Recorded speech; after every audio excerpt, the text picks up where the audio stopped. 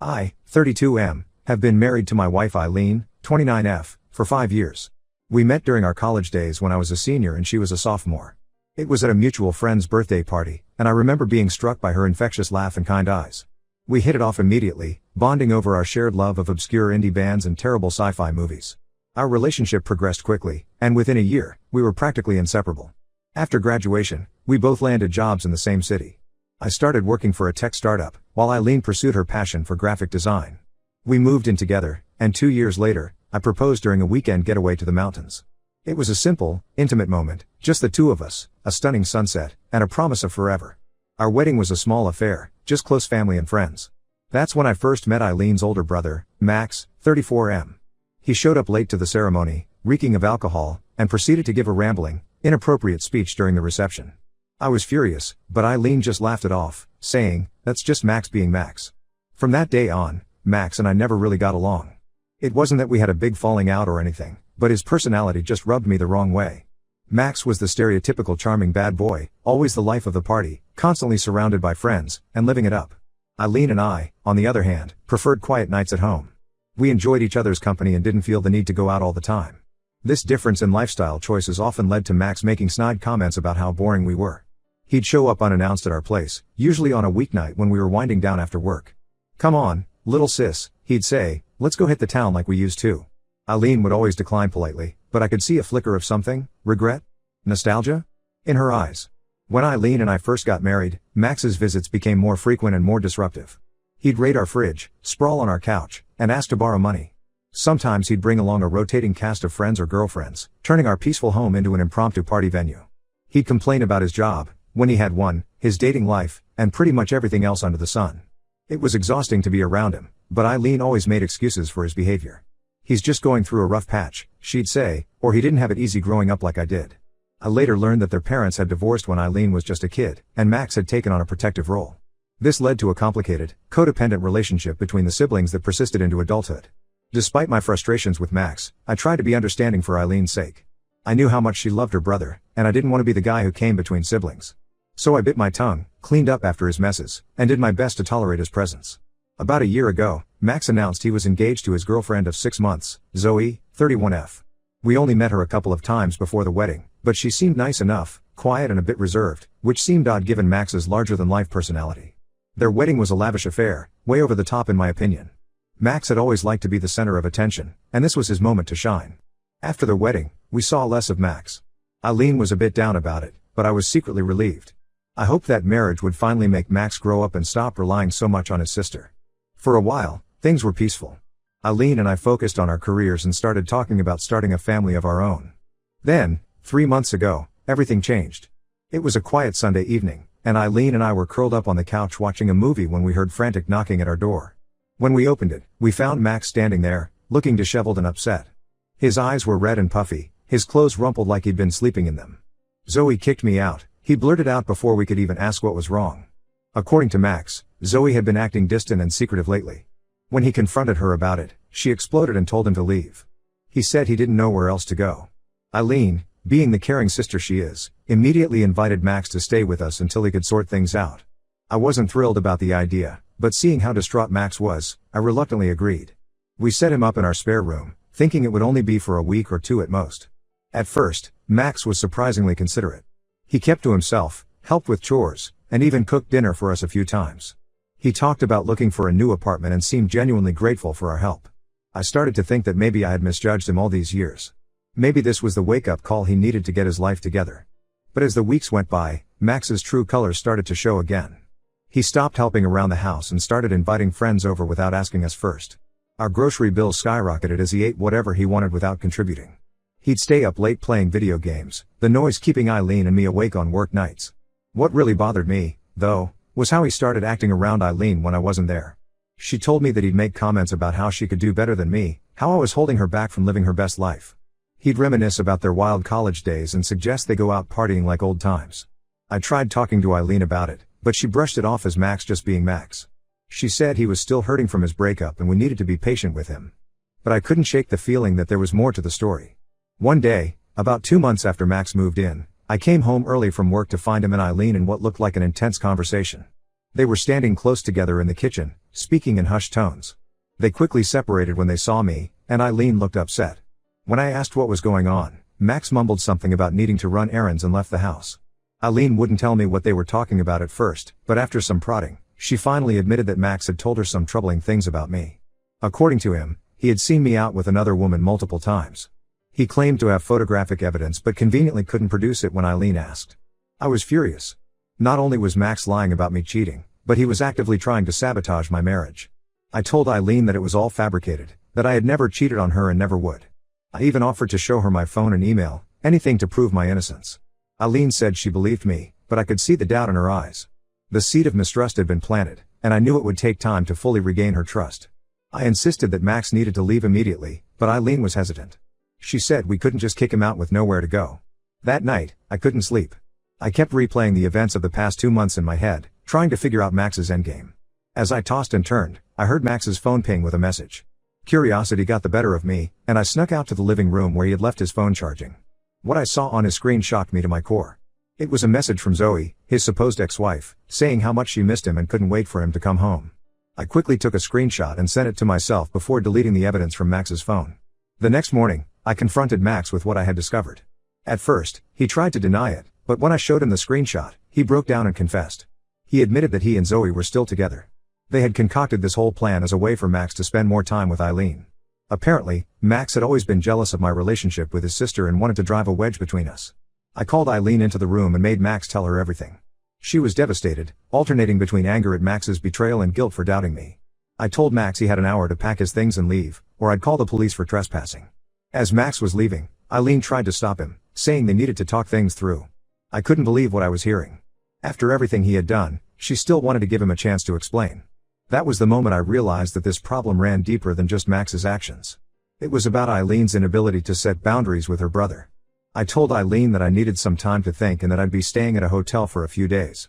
She begged me to stay, saying we could work it out, but I knew I needed space to clear my head and decide what to do next. So here I am, sitting in a hotel room, wondering if my marriage can survive this. Am I overreacting by leaving, or am I justified in needing some time apart? Should I give Eileen another chance, or is this a sign that our values are too different to make this work? Update 1. It's been a week since I left to stay at the hotel, and a lot has happened. I've had time to reflect on the situation and have come to some important realizations. First, I want to thank everyone for their supportive comments and advice. It really helped me gain perspective on the situation. Many of you suggested that I have an honest conversation with Eileen about boundaries and expectations in our marriage, which I took to heart. After a few days of minimal contact, Eileen reached out and asked if we could meet to talk.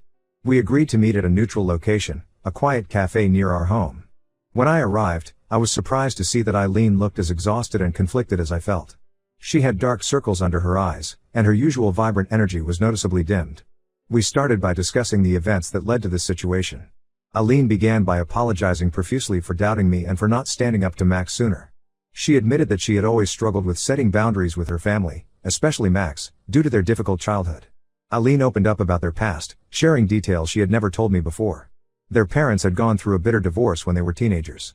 Their father, an alcoholic, had left abruptly, leaving their mother to raise 2 kids on her own. Max, being older, had taken on a protective role over Eileen. He defended her from schoolyard bullies, helped her with homework, and even got a part-time job to buy her a prom dress when their mom couldn't afford it. This led to an unhealthy codependency that persisted into adulthood. Eileen confessed that she often felt guilty for having a stable life while Max seemed to struggle, which is why she always felt compelled to help him. She shared stories of times when Max had been there for her, like when she was going through a severe bout of depression in college and he drove 3 hours in the middle of the night just to sit with her. I listened patiently, trying to understand her perspective. While I could empathize with the difficult situation she had been in as a child, I explained that it didn't excuse her actions as an adult. I told her how hurt and betrayed I felt, not just by Max's actions, but by her willingness to believe him over me. We talked for hours, delving into the core issues of trust, respect, and family dynamics in our marriage. I made it clear that while I loved her, I couldn't continue in a relationship where I felt like I came second to her brother. I needed to know that she was committed to our marriage and willing to set firm boundaries with her family. Eileen seemed to really hear me this time. She acknowledged that her relationship with Max was unhealthy and that it was negatively impacting our marriage. She suggested that she start seeing a counselor to work through her family issues and learn to set better boundaries. I was encouraged by her willingness to take concrete steps to address the problem. However, I also knew that actions speak louder than words. I told Eileen that while I appreciated her suggestions, I needed to see real change before I could fully trust her again. We agreed on a trial separation of 1 month. During this time, Eileen would start counseling and work on establishing clear boundaries with Max. We would have limited contact, mainly to discuss practical matters, to give us both space to reflect on what we wanted from our marriage. As for Max, Eileen informed me that she had told him not to contact either of us during this separation period. She had also reached out to their mother to let her know what had happened, as she felt it was important to be honest about the situation and not allow Max to spin the story in his favor. After our meeting, I went for a long walk to clear my head. As I wandered through the familiar streets of our neighborhood, I found myself outside the little ice cream shop where Eileen and I had our first date. I remembered how nervous I had been, how I had spilled ice cream on my shirt, and Eileen had laughed, saying it made me look endearingly human. That memory, once so sweet, now felt bittersweet. I realized that despite everything that had happened, I still loved Eileen. But I also knew that love alone wasn't enough to sustain a marriage. We needed trust, respect, and shared values. I hoped that this separation would give us both the clarity we needed to decide if we could rebuild what had been broken. For now, I'm focusing on taking care of myself. I've thrown myself into work, taking on a challenging new project that keeps my mind occupied during the day. In the evenings, I've started hitting the gym regularly to clear my head.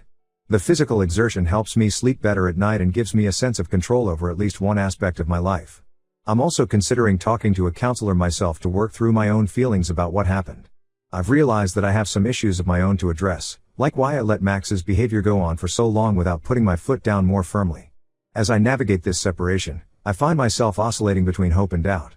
Some days, I feel optimistic about our ability to work through this and come out stronger. Other days, I wonder if too much damage has been done. Only time will tell, I suppose.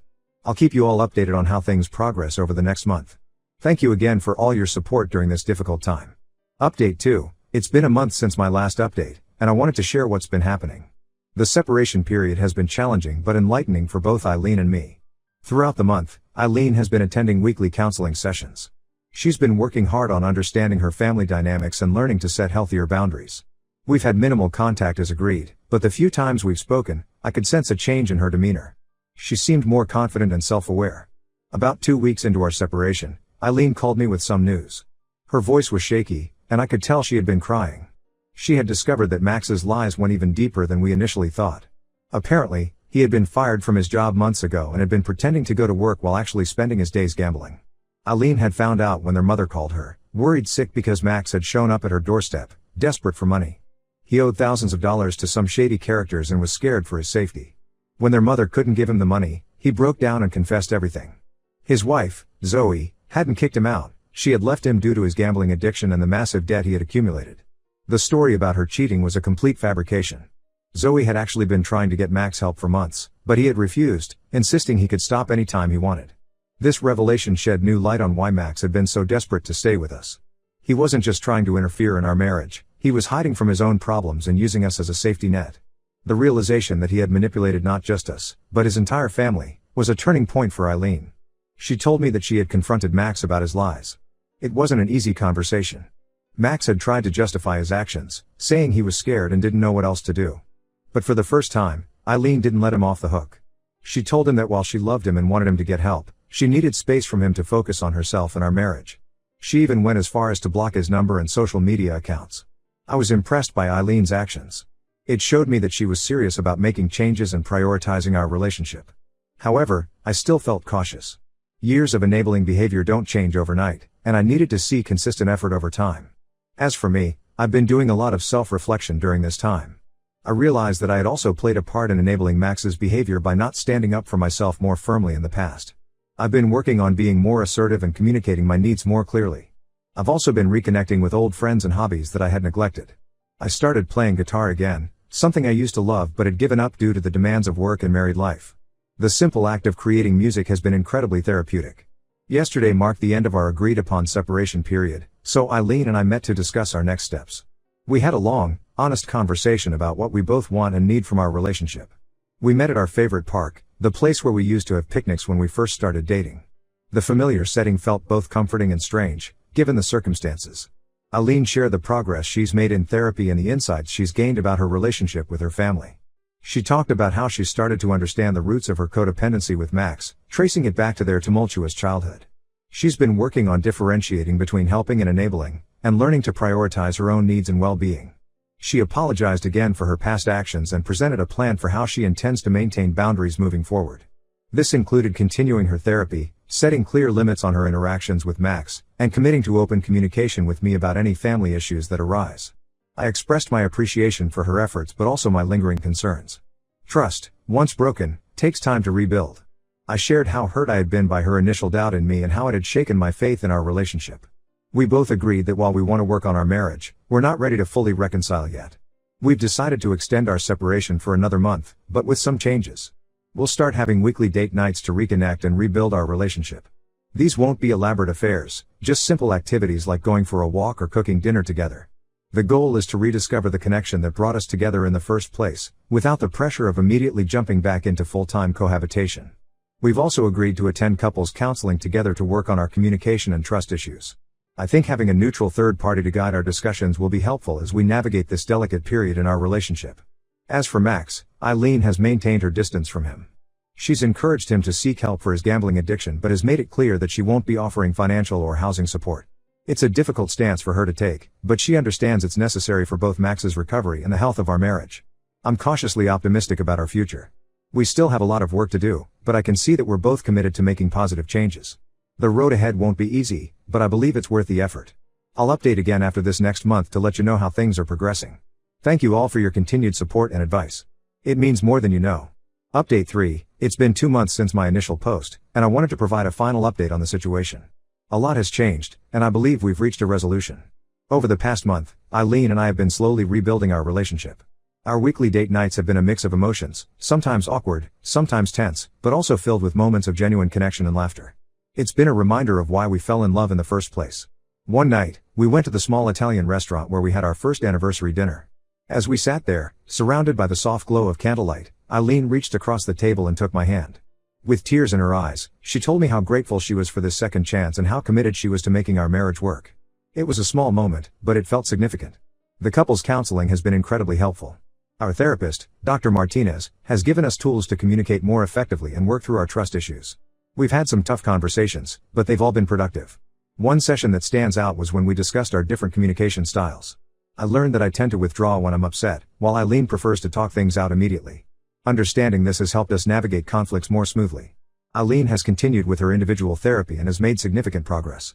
She's been working on setting and maintaining boundaries, not just with Max, but with other family members and friends as well. I've seen a noticeable change in her confidence and self-assurance. Last week, she told me about a situation where her mother tried to guilt her into lending money to Max again. Eileen stood her ground and refused, something she admitted she wouldn't have been able to do a few months ago.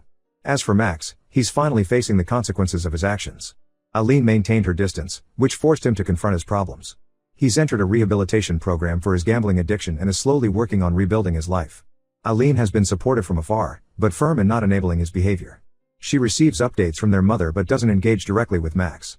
It's been hard for her, but she understands it's necessary for everyone's well-being. Last week, Eileen and I had a long talk about our future. We both feel that we've made significant progress in addressing the issues that led to our separation. While we know we still have work to do, we've decided to end our separation and move back in together. The day I moved back home was both exciting and nerve-wracking. As I unpacked my bags, I felt a mix of hope and apprehension. But seeing Eileen smile as she helped me arrange my things back in our shared closet reassured me that we were making the right decision. We've set clear ground rules for our reconciliation. We'll continue with both individual and couples counseling. We've also established boundaries for family interactions, including limited contact with Max as he works on his recovery. We've agreed to have regular check-ins about our feelings and any concerns that arise, rather than letting things fester. I'm proud of the work Eileen has done and the changes she's made. She's shown real commitment to our marriage and to becoming a stronger, more independent person. I've also grown from this experience, learning to be more assertive and to communicate my needs more clearly. While I can't say our relationship is perfect, I feel we're in a much healthier place now. We're both committed to continuing the work we've started and building a stronger, more resilient marriage. Yesterday, as we were having dinner on our balcony, watching the sunset, Eileen turned to me and said, "Thank you for not giving up on us." In that moment, I felt a renewed sense of love and commitment. We've been through a storm, but I believe we've come out stronger on the other side. It's been a challenging few months, but I believe we've come out stronger on the other side. I won't be posting any more updates, as I feel it's time for us to focus on our future privately. I wish you all the best.